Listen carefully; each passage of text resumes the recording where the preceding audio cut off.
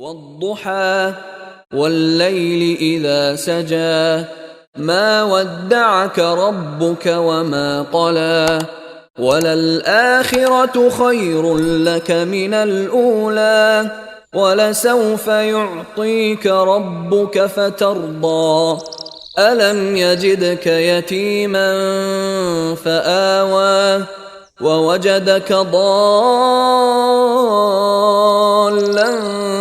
فهدى ووجدك عائلا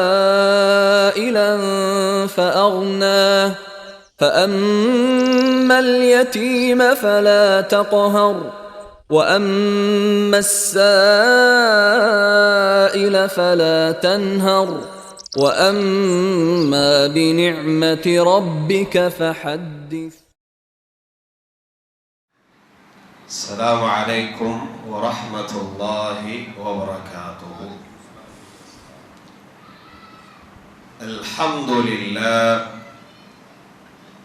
الحمد لله رب العالمين والصلاة والسلام على أشرف الأنبياء والمرسلين نبينا محمد وعلى آله وصحبه أجمعين. أما بعد، رضيت بالله ربا وبالإسلام دينا وبمحمد صلى الله عليه وسلم نبيا. رب اشرح لي صدري ويسر لي أمري واحلل عقدة من لساني يفقهوا قولي. அன்பானவர்களே, அல்லாஹுடைய தூதர் நபிகள் நாயகம் ஸல்லல்லாஹு அலைஹி வஸல்லம் அவருடைய வரலாற்றை தொடராக பார்த்து வருகிறோம்.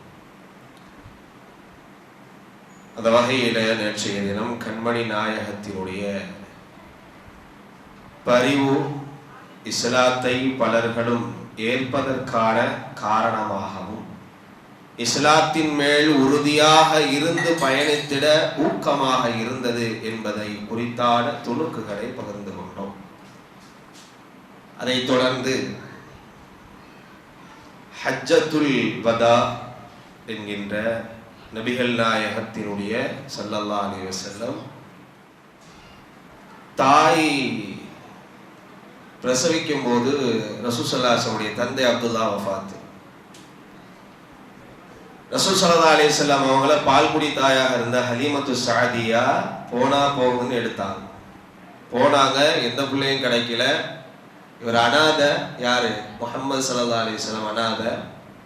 இந்த அனாதையை எடுத்தா யாரு சன்மானம் தருவா அப்படின்னு சொல்லி முதல்ல புறக்கணித்துட்டு போன அந்த ஹலீமத்து ஸஅதியா, சரி பாவம், நமக்கும் வேற வழி இல்லை, இவங்களை எடுத்துக்கொள்ளலாம் அப்படின்னு இந்த கண்மணி நாயகத்தை எடுக்கிறாங்க. ஸல்லல்லாஹு அலைஹி வஸல்லம் எடுத்த பின்னால 2 வருடங்கள் ஹலீமத்து ஸஅதியா பால் கொடுக்கிறாங்க. 2 வருடத்துக்கு பின்னால ஆமினா அவங்க கிட்ட ஒப்படைக்கப்படுகிறாங்க. அல்லாஹ்வுடைய தூதர் ஸல்லல்லாஹு அலைஹி வஸல்லம் ஒப்படைக்கப்பட்ட பின்னால் 4 வருடங்கள். 4வது வருடத்துடைய இறுதி. அப்ப வயசு எத்தனை? 6 வயது. மாஷா அல்லாஹ். 6வது வயசுல வந்து ஆமினா வந்து கேட்கிறாங்க. அந்த முஹம்மது ஸல்லல்லாஹு அலைஹி வஸல்லம் பொடிய சின்ன 6 வயசுக்காரர் வந்து கேட்டாங்க,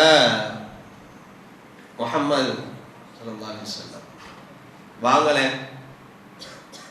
மதீனாவுல உங்களோட வாப்பாட சொந்தக்காரங்களாம் இருக்கிறாங்க, அவங்கள போய் பார்த்துட்டு வருவோமா அப்படின்னு ரசூல் ஸல்லல்லாஹு அலைஹி வஸல்லம் கேட்கிறாங்க. அப்போ அந்த முஹம்மது ஸல்லல்லாஹு அலைஹி வஸல்லம் 6 வயசுக்காரர் சொல்றாரு, போலாம் தாய் அப்படிங்கிறான். ஸல்லல்லாஹு அலைஹி வஸல்லம் அவங்களை அழைத்து கொண்டு பூர்வீக மக்கா மதீனால தந்தை அப்துல்லாஹுடைய உறவினர்கள்லாம் அங்க இருக்கிறாங்க அப்படிங்கிறதுனால மக்கமா நகரத்திலிருந்து மதீனா நகரத்துக்கு பயணப்படுறாங்க. ஒரு 6 இரவு தூரம் அப்படின்னு வைத்துக் கொள்ளுங்க ஓமைக்கு.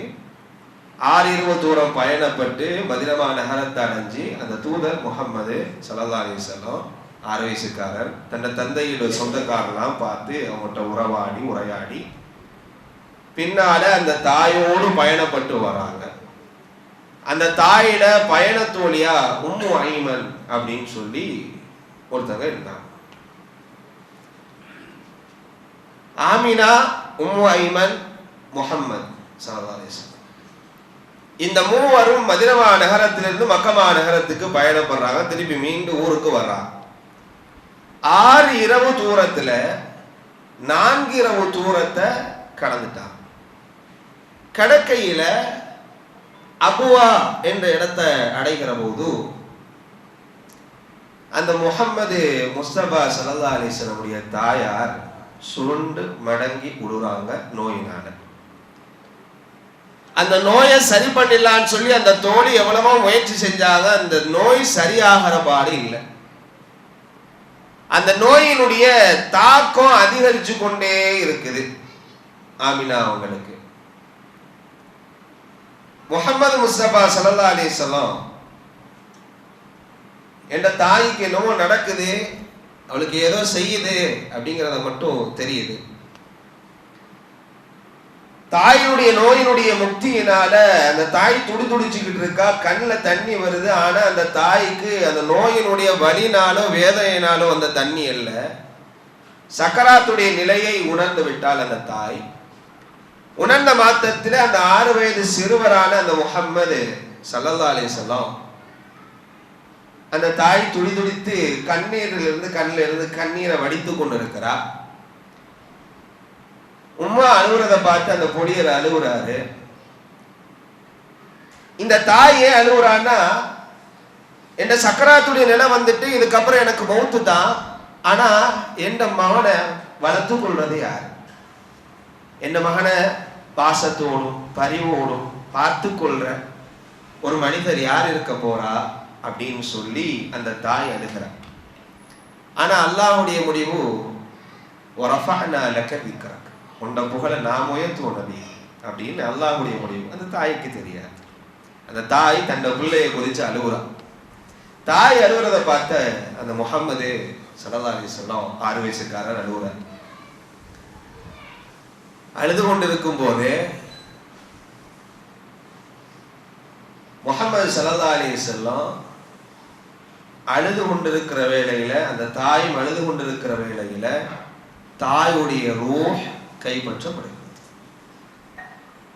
உம்மா வஃபாத்தாரா 6 வயசு சிறுவர் கண்ணு முன்னால. வஃபாத்தான உடனே அந்த மகன் பார்க்கிறாரு, உம்மாட்ட இருந்து உடல்ல இருந்து எந்த அசைவும் இல்லை, சப்தம் நிசப்தமாக ஆகுது. தாயோட உரையாடல் எல்லாம் கதகதச்சு போய் நிற்கிது. உம்மா பேசுங்கோங்கிறாரு அந்த 6 வயசு சிறுவர் அந்த முஹம்மது ஸல்லல்லாஹு அலைஹி வஸல்லம். அப்போது அதை பார்த்து கொண்டிருந்த உம்மு ஐமன், சில ரிவாயத்துல வருது, தூக்கிட்டு போனதாக முஹம்மது ஸல்லல்லாஹு அலைஹி வஸல்லம் அவர்களை போயிட்டு மக்களை கூப்பிட்டு வந்து அதே இடத்துல அடக்குனாங்கன்னு சில ரிவாயத்துல, சில வரலாற்று துணுக்குகள்ல, சில வரலாற்று துணுக்குல அந்த பிஞ்சிக்கையும் தன் தாய்க்கு குழி நோண்டியது. உம்மு ஐமனும் அந்த முஹம்மது என்கின்ற அந்த கொடியர் 6 வயசு சிறுவர் ஸல்லல்லாஹு அலைஹி வஸல்லம் அவரும் அழுது குழியை தோண்டி அந்த தாயை அடக்கம் செய்கிறார்கள் அபுவா என்ற இடத்துல. அடக்கம் செய்த பின்னால கபூர்ல உம்மாவை போட்டு மண்ணை வச்சு குமிழ ஆக்கின பின்னாடி அந்த முஹம்மதுக்கு தெரியுது, என்ன உம்மா இனி வரமாட்டாவா இல்லையா, உள்ள இருந்து வாமான்னு கூப்பிடுறாங்க. யாரு? 6 வயசு சிறுவர், ஒரு 6 வயசு சிறுவர் முஹம்மது. உம்மு ஐமன் பார்த்துக்கிட்டு இருக்காங்க அந்த பையனை தோழி.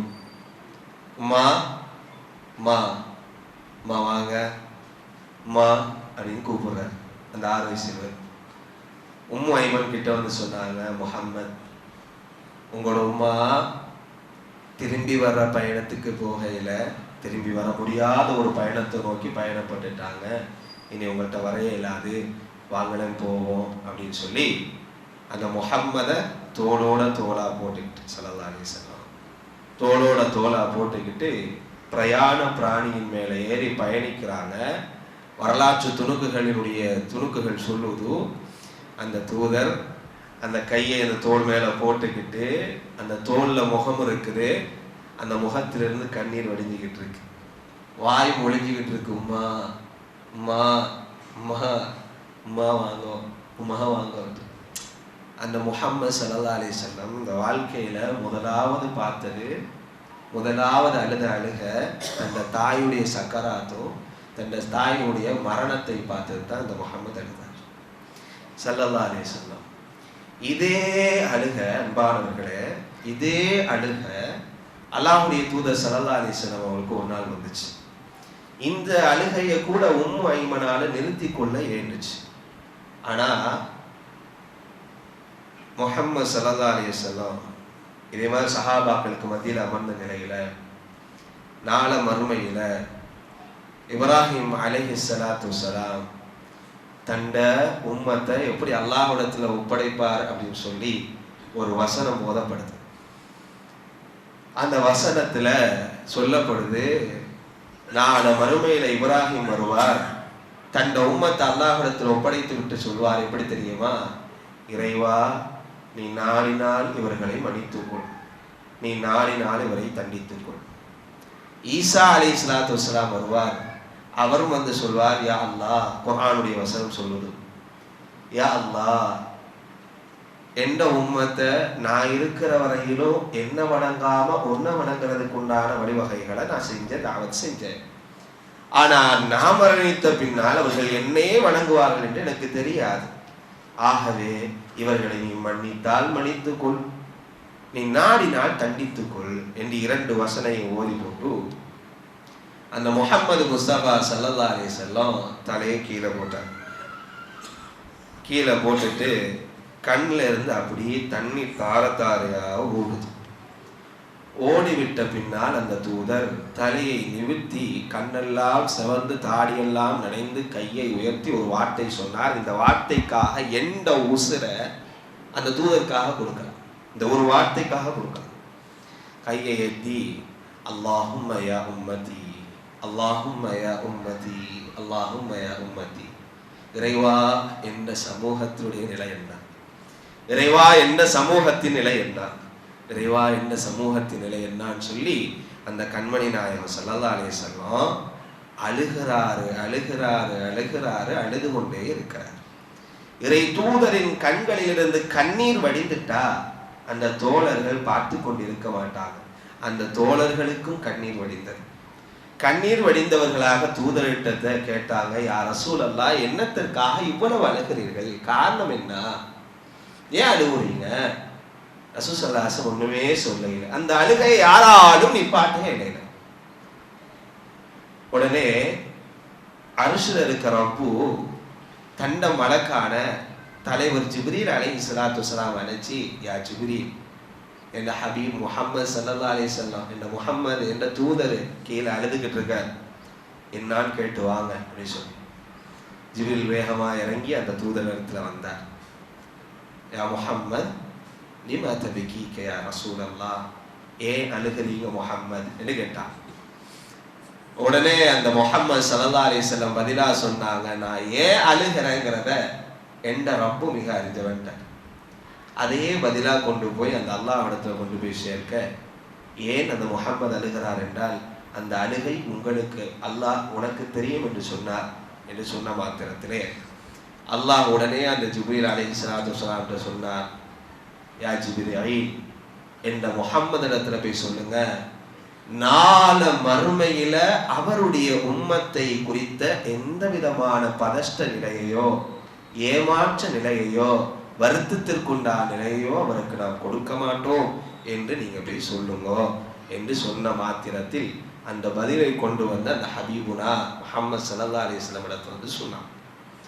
சொன்ன மாத்திரத்தில் தான் அந்த அழுகையை நிப்பாட்ட முடிந்தது. தாயினுடைய இறப்பை சக மனிதனால் நிப்பாட்ட முடிந்தது.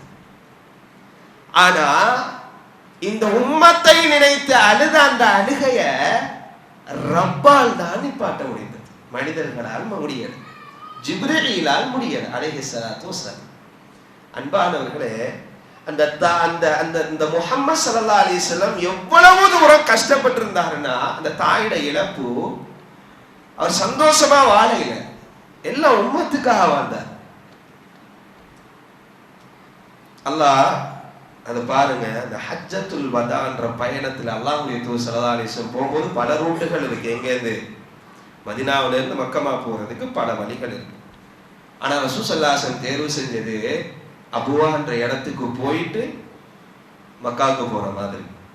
ரசூல் ஸல்லல்லாஹு அலைஹி வஸல்லம் மதீனாவுல இருந்து புறப்பட்டு அபுவான்ற இடத்துக்கு வர்றான். சுப்ஹான ஜல்ல வஅலா. அபுவான்ற இடத்துக்கு வந்து நிக்கிறான். அங்க ஒரு குமிழ்ல மண்ணு போடப்பட்டிருக்கு. அந்த மண்ணை பார்த்து ரசூல் ஸல்லல்லாஹு அலைஹி வஸல்லம் பக்கா அன்-நபி ஸல்லல்லாஹு அலைஹி வஸல்லம், ரசூல் ஸல்லல்லாஹு அலைஹி வஸல்லம் அழுகிறான். நான் ஏற்கனவே சொன்னேன், தூதர் அழுதா தோழர்கள் தாங்க மாட்டான், தோழர்களும் அழுகிறான்.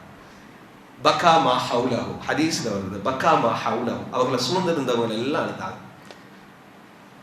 அழுதவங்களாக நபிகள் நாயகம் ஸல்லல்லாஹு அலைஹி வஸல்லம் சொன்னாங்க, இஸ்தஅதன் தரப்பி அன் அஃபிர லஹா, இது எந்த உம்மா, என்ன கபரை பார்த்து சொன்னாங்க, இது என்னடா உம்மா, என் உம்மாட பாவத்தை மன்னிக்கும்படி அல்லாஹ்விடத்துல நான் சிபாரிசு செஞ்சு பார்த்தேன், கேட்டேன்.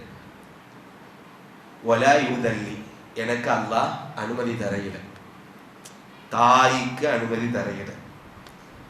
ஆனா அன் அஸூர கப்ரஹா, யா அல்லாஹ் என்ற தாயிட கபரை நான் ஜியார செய்யலாமா என்று கேட்டேன். அதுக்கு என்ற ரப்போ எனக்கு அனுமதி கொடுத்தார்.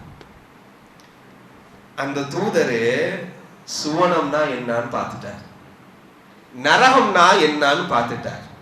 நிரந்தர நரகம் யாருக்குன்னு தெரியும். ரசூல் ஸல்லல்லாஹு அலைஹி வஸல்லம் சொல்றாங்க, நான் பார்த்ததை நீங்கள் பார்த்திருந்தா குறைவாக சிரிப்பீங்க, நிறைய அழுவீங்கன்னாங்க. எதை குறித்து சொன்னாங்க? மறுமையினுடைய நிசப்த நிலை, அதனுடைய அகோர தன்மை, நரகத்தினுடைய பாரமான நிலை, அதனுடைய கொடூரமான சூழல். அந்த கொடூரமான இடத்தில் தான் அந்த தாய் வாழ போகிறாள் என்பதை அறிந்த அந்த தூதர் நஸ்தக்ஃபிர் லஹா, இந்த தாய்க்கா, எந்த தாய்க்கா பாவமன்னிப்பு கேட்டு பார்த்தேன், என்ற ரப்பு என்ற தாயை மன்னிக்க மாட்டேன்னு சொல்லிட்டான். சில பெரியோர்கள் சிலர்கள் நினைக்கலாம், தூதருடைய தாய்க்கு என்ன சொர்க்கணம் இல்லையா என்ற ஐயப்பாடு எழும்பலாம், உணர்வுகள் எழும்பலாம். உணர்வுகள் இஸ்லாத்திற்கு விடையாகாது. ஹதீஸ் தெளிவாக சொல்லிவிட்டது, லா அஸ்தக்ஃபிர் லஹா, அவரை நான் மன்னிக்க மாட்டோம் என்பதா. என் முன்வேதங்கள் இருந்தது, அதை அவர்கள் பின்பற்றிருக்கலாமே என்று நீங்கள் ஐயப்பாடு யாராவது உண்டாக்குனா அவர்கள் அந்த மார்க்கத்தை ஏற்கவில்லை. வரகா பின் நௌஃபல் தான், அது போன்ற சிலர்கள் தான் முன்னுள்ள மார்க்கத்தை ஏற்றிருந்தார்கள். தூதரிடத்தில் வாக்கும் கொடுத்திருந்தார்கள், முஹம்மதை ஒருவேளை நீங்கள் தூதராகினால் நாங்கள் நிச்சயமாக உங்களை ஏற்றுக்கொள்வோம் என்றார். தாய் இஸ்லாத்தை ஏற்க, தண்ட தாய் நரகத்துல போவா, இந்த இடத்துல தான் போவா அப்படிங்கிறது அல்லாஹ்வுடைய தூதர் ஸல்லல்லாஹு அலைஹி வஸல்லம் உணர்ந்திருந்தார். அன்பானவர்களை, அதுதான் நான் சொல்லியிருந்தோம், எத்தனையோ மகாச்சிறந்த மனிதர்களின் மாந்தர்களுக்கு கிடைக்காத இந்த கொள்கை அல்லாஹ் எனக்கும் உங்களுக்கும் நசீபாக்கியிருக்க. தாய்க்கு கிடைக்காத ரசூல் ஸல்லல்லாஹு அலைஹி வஸல்லம் தாய் அழுதாங்க. எத்தனை வருஷம்? 59 வருஷம் கழிச்சு அந்த கபரை பார்த்து அழுகிறான். இன்னைக்கு என்ன ரொம்ப நெருக்கமான நேசத்திற்குரிய ஒரு ஆள் வஃபாத்தாரான்னா, இன்னைக்கு நான் அழுகிற அழுகையை ஒரு 10 வருஷம் கழிச்சு என்னால் அழுக முடியாது, ஒரு 20 வருஷம் கழிச்சு என்னால் அழுக முடியாது. ஆனா அந்த தூதர் எப்படி அந்த முதுகிலிருந்து கண்ணீரை வடிச்சு கொண்டு அழுது கொண்டு உம்மா உம்மான்னு போனாரோ மக்கமா நகரத்தை நோக்கி, அதே மாதிரி கபரு கிட்ட வந்து அதே அழுகை அழுதார். எப்போங்க? ஹஜ்ஜத்துல் வதா போற வழியில. இந்த தூதர் முஹம்மது ஸல்லல்லாஹு அலைஹி வஸல்லம் ஒரு அறிவிப்பை செய்கிறார். ஹிஜ்ரி 10ஆம் ஆண்டு யமன் பிரதேசத்துல. இந்த தூதரை நான் இந்த சொல்றதுக்குண்டான காரணம் என்னன்னா, அந்த தூதர்கிட்ட நம்ம இணையணும், கல்பால இணையணும். அந்த தூதர் என்ன அவ்வளவு நேசித்திருக்கிறாராம், கல்பால இணையணும். அதை இணைஞ்ச பின்னால் தான் ஹஜ்ஜத்துல் வதாவுக்கும் அவருடைய இறுதி மரணத்தின் வேலைக்கும் நாம் போகணும். இந்த அந்த இணைப்பு இல்லைண்டா, அந்த கனெக்டிவிட்டி இல்லைண்டா நமக்கு பெரிதளவு அதை ஈமானிய வலு ஊட்டாது. அதனால் இதை நினைவூட்டி கொண்டேன். இதே போல பல நிலைகள் உண்டு. யமன் பிரதேசத்துக்கு ஹிஜ்ரி 10ஆம் ஆண்டு நபிகள் நாயகம் ஸல்லல்லாஹு அலைஹி வஸல்லம் ஒரு சஹாபிய ஆளுநராக அனுப்புறார். அது சஹாபியோட பேர் என்ன தெரியுமா?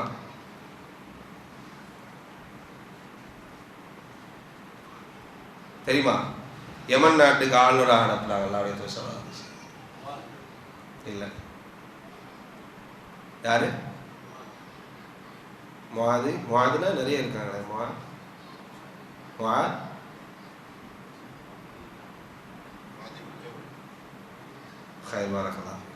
இப்னு ஜபல் ரலியல்லாஹு அப்படி வழி அனுப்பி கொண்டு வந்து நின்று எல்லாத்தையும் சொல்லிக் கொடுக்கிறார் முஆதுக்கு அல்லாஹ்வுடைய தூதர் ஸல்லல்லாஹு அலைஹி வஸல்லம். முஆதே, நீங்க ஊருக்கு போறீங்க, யமனுக்கு, தொழுகை லா இலாஹா இல்லல்லாஹ் சொல்லிக் கொடுங்க, ரெண்டாவது தொழுகைக்கு எடுத்துரைங்க, ஜகாத்து சொல்லிக் கொடுங்க, இதெல்லாம் கட்டுப்பாடு செய்யற மாதிரியான ஒரு சூழலை ஏற்படுத்தி மக்களை நியாயமான முறையில நீதியான முறையில ஆடுங்க அப்படின்னு சொல்லி பல உபதேசங்களை செஞ்சுட்டு வர்றாங்க. யமன் நாட்டுக்கு போறக்கூடிய அந்த எல்கைக்கு வந்த உடனே அந்த முஆத் இப்னு ஜபல்கிட்ட ஒரு செய்தி அல்லாஹ்வுடைய தூதர் ஸல்லல்லாஹு அலைஹி வஸல்லம் ஆழமா அர்த்தமா பதிவு செய்யறாங்க. அத கேட்ட உடனே முஆத் ரலியல்லாஹு அன்ஹு அவர்கள் வெடித்து அழுதார்கள். என்ன சொன்னாங்கன்னா, யா முஆத், நீ அடுத்த வருடம் இந்த மக்கமா நகரத்துக்கு, அதாவது மதீனா நகரத்துக்கு வந்தன்னு சொன்னா என்ன நீ இந்த பூமிக்கு மேல பார்க்க மாட்டான், என்ற கபரை தான் நீ கடந்து போக வேண்டியது இருக்கும். முஆதே, அல்லாஹ்வுக்கு பயந்து நீதியமான ஆட்சியை அங்கே செலுத்தணும். முஆத் ரலியல்லாஹு அன்ஹு அவர்கள் கண்களில் கண்ணீர் சிந்தியவராக அல்லாஹ்வுடைய தூதர் ஸல்லல்லாஹு அலைஹி வஸல்லம் அவர்களை விட்டு விடைபெற்றார். தாங்க முடியாத சாதாரண வார்த்தை இல்லை இது. அவ்வளவு தூரம் அந்த தூதருக்கு ஏதாவதுன்னா எங்கட உசுர கொடுக்கவும் நாங்க தயார்னு இருக்கக்கூடிய தோழர்கள். அது நான் இறந்துருவேன், என்ற கபரத்தான் முஆதே நீ பாப்பா, என்ற முகத்தை பார்க்க முடியாது அப்படின்னு அல்லாஹ்வுடைய தூதர் ஸல்லல்லாஹு அலைஹி வஸல்லம் சொல்லி அனுப்புறாங்க. ஹிஜ்ரி 10ஆம் ஆண்டு துல்காதாவினுடைய 28ஆம் பிறையில நபிகள் 28ல பயணப்படுறான். துல்ஹுலைஃபாக்கு போயிட்டான். 25ல சஹாபாக்களுக்கு எல்லாம் வந்து அல்லாஹ்வுடைய தூதர் ஸல்லல்லாஹு அலைஹி வஸல்லம் இஅலான் செய்றாங்க. என்ன இஅலான்னா, சஹாபாக்களே, எனது தோழர்களே, நான் ஹஜ் யாத்திரையை மேற்கொள்ளலாம் என்று இருக்கிறேன், என்னோடு ஹஜ் யாத்திரை செய்பவர்கள் உங்களில் யார் என்று கேட்டார். நபிகள் நாயகம் ஸல்லல்லாஹு அலைஹி வஸல்லம் எப்படி தொழுகணும் சஹாபாக்களுக்கு நேரடியாக பயிற்சிவித்து காமிச்சிட்டார். ஜகாத் எடுக்க எப்படி கொடுக்கணும் கற்றுக் கொடுத்துட்டார். உம்ரா எப்படி செய்யணும் நேரடியான செய்முறை விளக்கத்தோடு செய்து காமிச்சிட்டார். ஆனா ஹஜ்ஜ ரசூல் ஸல்லல்லாஹு அலைஹி வஸல்லம் வாயளவில் தான் சொல்லியிருந்தார்கள், நடைமுறைப்படுத்தி காட்டைகள். சஹாபாக்களுக்கெல்லாம் என்ன எண்ணம்னா, அந்த தூதரோட பயணிச்சு அந்த தூதரோட ஹஜ் செய்யணும், தூதர் எப்படி செய்யறாரு ஹஜ்ஜ அப்படிங்கிறத பார்க்கணுங்கிற ஆர்வத்தினால கிட்டத்தட்ட அந்த அறிவுக்கு பின்னால் 1,44,000 சஹாபாக்கள், சஹாபிய பெண்கள், சில சஹாபாக்களுக்கு பிரயாண பிராணி இல்லை, நடந்து வரக்கூடிய சூழல் தான் இருந்தது. சில பெண்கள் கர்ப்பிணி பெண்களாக இருந்தார், சில பெண்கள் கை குழந்தையோடு வந்தார். ஏண்டா எங்கட தூதரோட நாங்க ஹஜ் செய்யணும், அவங்களோட செய்முறையை நாங்க காணணுங்கிறதுனால பயணப்படுற ரெடி ஆகிறாங்க. நபிகள் நாயகம் ஸல்லல்லாஹு அலைஹி வஸல்லம் அவங்க துல்ஹஜ் 10ஆவது, அதாவது துல்ஹஜ்ஜினுடைய 8, 9ஆம் நாட்களில் நடக்கக்கூடிய நிகழ்வு எல்லாமே முடிகிறது, செயல்பாடுகள் எல்லாம் முடிகிறது, கிருகைகள் எல்லாம் முடிகிறது. நபிகள் நாயகம் ஸல்லல்லாஹு அலைஹி வஸல்லம் ஒரு உயரமான பகுதியில் ஏறினார். ஏறிவிட்டு ரசூல் ஸல்லல்லாஹு அலைஹி வஸல்லம் உரையினுடைய துவக்கம் எப்படி இருக்கும்னா, முஹாஜிர்களே, அன்சாரிகளே, ஈமான் கொண்ட மக்களே, இப்படித்தான் அனைத்து உபதேசங்களை செய்வார். ஆனால் அல்லாஹ்வுடைய தூதர் ஸல்லல்லாஹு அலைஹி வஸல்லம் முதலாவது ஆரம்பித்தது, யா அய்யுஹன் நாஸ், ஓ மக்களே, இஸ்மஉ கௌலி, என்னட உரைய என்னட பேச்ச செவிமடுங்கோ. ஒரு வார்த்தை சொன்னாங்க, அந்த வார்த்தையில எல்லா சஹாபாக்களும் உடைஞ்சிட்டாங்க. என்ன வார்த்தைன்னா, فإني لا أدري لعلي لا ألقاكم بعد عامي هذا بهذا الموقف أبدا. தோழர்களே, இது போல இன்னொரு நிலையில் உங்களோடு உரையாற்றுகிற சூழல் எனக்கு ஏற்படுமா என்று தெரியாது. உங்கள் முன்னால் இப்படி போல நிக்கிறேன இந்த துணி இனி இருக்குமா என்று தெரியாது. இப்படி சொன்ன உடனே சஹாபாக்களுக்கு ஒன்னும் விளங்கையில அந்த தூதர் எதை சொல்ல வர்றார். அந்த தூதர் எப்படி உரையை ஆரம்பிச்சது இல்லை. சஹாபாக்கள் எல்லாம் அடிச்சு ஒட்டச்ச மாதிரி அழுவ ஆரம்பிச்சிட்டாங்க. நெஞ்சு வெட்டிக்க அழுவுற மாதிரி அழுதுட்டாங்க. ஸல்லல்லாஹு அலைஹி வஸல்லம் வார்த்தை, இனி இருக்க மாட்டாங்களா? இனி இறைத்தூதர் சரதாசனுடைய உரை இல்லையா? இப்படியான சூழல் வந்துருமா? அப்பதான் அவனுக்கு ஒரு யோசனை வருது. தாங்க இளையில சஹாபாக்களால் நபிகள் நாயகம் ஸல்லல்லாஹு அலைஹி வஸல்லம் இந்த அறிவிப்புக்கு முன்னாலே ஒரு அறிவிப்பை செய்தார். இதே குதுபாவினுடைய மெம்பரில் அல்லாஹ்வுடைய தூதர் ஸல்லல்லாஹு அலைஹி வஸல்லம் சொன்னார்கள், 2 விஷயங்களை ஒரு அடியானுக்கு அல்லாஹ் வாய்ப்பாக அளித்திருந்தான். ஒன்று இறைவனின் பால் மீளுவது, இன்னொன்று இந்த பூமியிலேயே நிரந்தரமாக வாழுவது. அதிலே அந்த அடியான் இறைவனின் பால் உயர்வதையே எடுத்துக்கொண்டார். சஹாபாக்களுக்கு விளங்கையில நடுவுல ஒருத்தர் தேம்பி அழுகுறாரு, கண்களிலிருந்து கண்ணீர் வடித்து கொண்டு. எந்த சஹாபாக்களுக்கும் விளங்கையில ரசூல் ஸல்லல்லாஹு பார்த்து சொன்னாங்க, யார் அது? அபூபக்கரா? அபூபக்கர் இதை அறிந்தவராக இருப்பார் அப்படின்னு சொல்லி நபிகள் நாயகம் ஸல்லல்லாஹு அலைஹி வஸல்லம் முடிச்சாங்க. தோழர்களுக்கு விளங்கையில அந்த தோழர்கிட்ட வந்து கேட்டாங்க, அபூ ஹுரைரா அபூபக்கர் சித்திக் ரலியல்லாஹு அன்ஹு, அபூபக்கர் ஏன் அழுகிறீங்க? என்ன? நான் அந்த அடியான் எங்களது உயிரை விட மேலான அந்த தூதராக இருக்கலாம் என்று நான் நினைக்கிறேன் என்றார். சஹாபாக்களால நம்ப இயலையில. அவங்க அதுல இல்ல, அதனுடைய இதுக்கு வரையில, அந்த பக்குவத்துக்கு வரையில. ஆனா அபூபக்கர் சித்திக் ரலியல்லாஹு அன்ஹு அவர்கள் அழுது அந்த நாளிலே தீர்த்திட்டாங்க. அந்த நாளிலேயே அழுது எல்லாத்தையும் முடிச்சிட்டாங்க. அதுக்கப்புறம் அவங்க அழுகல அப்படிங்கறத நம்ம பின்னாடி வரலாற்றுல பார்ப்போம். அந்த தூதர் முஹம்மது ஸல்லல்லாஹு அலைஹி வஸல்லம் உரையை துவங்குகிறார்கள். முதலாவது சொன்னாங்க, அல் முஸ்லிமு அஹுல் முஸ்லிம் லா யுக்லிமுஹு வலா யுஸ்லிமுஹு. ஒரு முஸ்லிம் பிற முஸ்லிமுக்கு சகோதரன் ஆவார். அஹ் என்ற வார்த்தை ஒரே தாயின் கருவறையில் பிறந்த சகோதர சகோதரிகளுக்கு சொல்லப்படுகின்ற அரபி புரோஜன பாட்டிற்குண்டான வார்த்தை பிரயோகம். அந்த வார்த்தையை பயன்படுத்தி சொல்றாங்க, அல் முஸ்லிமு அஹுல் முஸ்லிம் லா யுக்லிமுஹு வலா யுஸ்லிமுஹு. பிற முஸ்லிம் நாவாலோ கரத்தாலோ எந்த விதமான தீங்கையும் பிற முஸ்லிமுக்கு செய்ய மாட்டார். முஸ்லிமுடைய ஃபார்முலா இது தாண்டாங்க.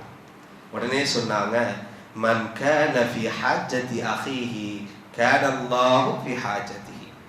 எவர் ஒருவர் தண்ட சகோதரண்ட ஹாஜத்தை தேவையை நிறைவேற்றுறாரோ அவருடைய தேவையை அல்லாஹ் நிறைவேற்றுறார். தொடர்ந்து சொன்னாங்க, ومن فرج من عن مسلم قربة فرج الله عنه قربة من قربات يوم القيامة. எவர் ஒருவர் பிற சகோதரனுடைய நெருக்கடிய கஷ்டமான வாழ்க்கையின் சூழலை இலகுபடுத்தி நெருக்கடியிலிருந்து அவரை கலட்டி எடுக்கிறாரோ அவருடைய நெருக்கடியான சூழல்களிலிருந்து இறைவன் அவரை கலட்டி எடுப்பார். இன்னொரு விஷயத்தை ஆழமாக சொன்னாங்க, ومن ستر مسلما ستره الله يوم القيامة. எந்த ஒரு முஸ்லிம் பிற முஸ்லிமினுடைய மானத்தை திரையிட்டு மறைக்கிறாரோ அவருடைய மானத்தை ரப்பு திரையிட்டு மறைப்பான். நம்மாலும் பேனரே அடிச்சு ஒட்டிடுவான். தெரியுமா உங்களுக்கு? நோம்ப வச்சுக்கிட்டே கஞ்சி கோப்பையை கழுவுறதுக்கு முன்னாடி அடுத்தவனை கழுவி குடிச்சிருவான். மானத்தை வாங்கி போடுவான். தெரியுமா? முன்னாடி உட்கார்ந்துருக்கான், அவனாம் நோம்பே கிடையாது. தெரியுமா உனக்கு? நீ பேசினியா? அவன் நோம்போட நன்மை அவனுக்கு தான். அவன் நோம்பா இருந்தா என்ன, நோம்பு இல்லாட்டி உனக்கு என்ன? தேவையில்லாத வார்த்தைகளை இப்பவே நாம தவிர்க்க ரசூல் ஸல்லல்லாஹு அலைஹி வஸல்லம் தெளிவா முதலாவது சொல்றான். இதே மாதிரி இந்த தூதர் உரையை நீட்டி கொண்டு போகிறார்கள். சஹாபாக்களால புரிந்து கொள்ள முடியல. ஏண்டா ரசூல் ஸல்லல்லாஹு அலைஹி வஸல்லம் உரை சுருக்கமா இருக்கும், கருத்து விரிவாக இருக்கும். ஆனா அந்த கண்மணி நாயகம் இத்தனை 20 வருடங்களுக்கு மேலாக சொன்ன எல்லா கருத்துகளையும் அப்படியே அடுக்கி கொண்டு வந்து சேர்க்கிறார். அதை கேட்ட சஹாபாக்களுக்கு கருத்தை கேட்டுக்கொண்டிருக்கும் போதே ஒரு பக்கமாட்டில் கண்ணில் இருந்து கண்ணீர் வடிந்து கொண்டிருந்தது. அந்த உரையின் சம்பாஷண நிகழ்வுகள் என்ன, அந்த தூதருடைய முடிவு நிலை எப்படியாக அறிவிக்கப்பட்டது, அதுக்கப்புறம் இதை தூதர் ஸல்லல்லாஹு அலைஹி வஸல்லம் என்னவாக நடந்து கொண்டார்கள், எப்படியாக அவருடைய வாழ்க்கையின் இறுதி கட்டம் இருந்தது என்பதை இன்ஷா அல்லாஹ் வரக்கூடிய காலத்தில் தொடராக பார்ப்போம். இன்ஷா அல்லாஹ் இந்த கண்மணி நாயகத்தோடு உறவாடுகிற, உரையாடுகிற, பார்க்கிற, பேசுகிற, என்ற குடும்பத்தோடு உட்கார்ந்து கதைக்கிற சூழலை இறைவன் அல்லாஹ் எனக்கும் உங்களுக்கும் நசீபாக்குவானாக. ஆமீன். அன்பானவர்களே, கேள்வியின் பகுதி பெண்களுக்கு நபிகள் நாயகம் ஸல்லல்லாஹு அலைஹி வஸல்லம் ஹஜ்ஜத்துல் வதா கிளம்புவதற்கு முன்னால எத்தனாவது ஆண்டுல, எத்தனாவது மாசத்துல, எத்தனாவது கிழமையில நான் ஹஜ்ஜத்துல் வதாக்கு போறேன் அப்படின்னு மக்களுக்கு எழான் செஞ்சாங்க. மறுமுறை நபிகள் நாயகம் ஸல்லல்லாஹு அலைஹி வஸல்லம் ஹஜ்ஜத்துல் வதா போறதுக்கு முன்னால மக்களுக்கு மத்தியில எத்தனாவது ஆண்டில், எத்தனாவது கிழமையில், எத்தனாவது மாதத்தில் போக போகிறேன் என்ற தகவலை எடுத்து வைத்தார்கள். அதோடைய கிழமை, வருடம், மாதம் என்னங்கிறத எழுதி விரைவாக அனுப்பும். நபிகள் நாயகம் ஸல்லல்லாஹு அலைஹி வஸல்லம் அந்த இறுதி பேருடைய எந்த ஆண்டு, எந்த மாசம், எந்த கிழமையில, எந்த இடத்திலிருந்து உரையாற்றினார். சுமையா, சகோதரி சுமையா அவங்க பிற 28 துல்காதா, மண்டேவா, மண்டேல நம்ம சொல்லவே இல்லையே, திங்கக்கிழமையா, வருஷம் சொல்லலையே. இன்னொரு பேப்பர் அனுப்புங்க, வருஷம் என்னங்கிறத அனுப்புங்க. சரி, நபிகள் நாயகம் ஸல்லல்லாஹு அலைஹி வஸல்லம் ஒரு நபி தோழரை ஒரு நாட்டுக்கு ஆளுநராக அனுப்புனாங்க. அந்த நாட்டுடைய பேர் என்ன, அந்த நாட்டுக்கு அனுப்பப்பட்ட ஆளுனுடைய பேர் என்ன, எப்போ அனுப்புனாங்க, ஆண்டு என்ன, நீங்க சொல்லுங்க. மாஷா அல்லாஹ். யமன் நாடு. எத்தனாவது ஆண்டுங்க? இல்லை, ஆண்டு ஹிஜ்ரி 10. மாஷா தபாரக்கல்லாஹ். உங்க பேருங்க? முஹம்மது ரஃபீக் என்கின்ற சகோதரர் ஆர்வமாக கேள்விக்கு முழுமையான பதில் அளித்திருக்கிறார். பாரக்கல்லாஹு ஃபீக்கும், ஜஸாக்கல்லாஹு ஹைரா. ரஃபீக் பாய் வாங்க. ஹிஜ்ரி 10ஆம் ஆண்டு பிற 25 துல்காதா மாதம். சரியான பதிலை அளித்திருக்கிறார் சுமையா. சகோதரி சுமையா அவங்களுக்கு சார்பாக யாரும் வந்து பரிசு வாங்க போறாங்க? பாரக்கல்லாஹு ஃபீக்கும், ஜஸாக்கல்லாஹு ஹைரா. பாரக்கல்லாஹு ஃபீக்கும். சுப்ஹானக்கல்லாஹு வ பிஹம்திக அஷ்ஹது அன் லா இலாஹா இல்லா அன்த அஸ்தக்ஃபிருக்க வ அத்தூபு இலைக். நீங்க போலாம்.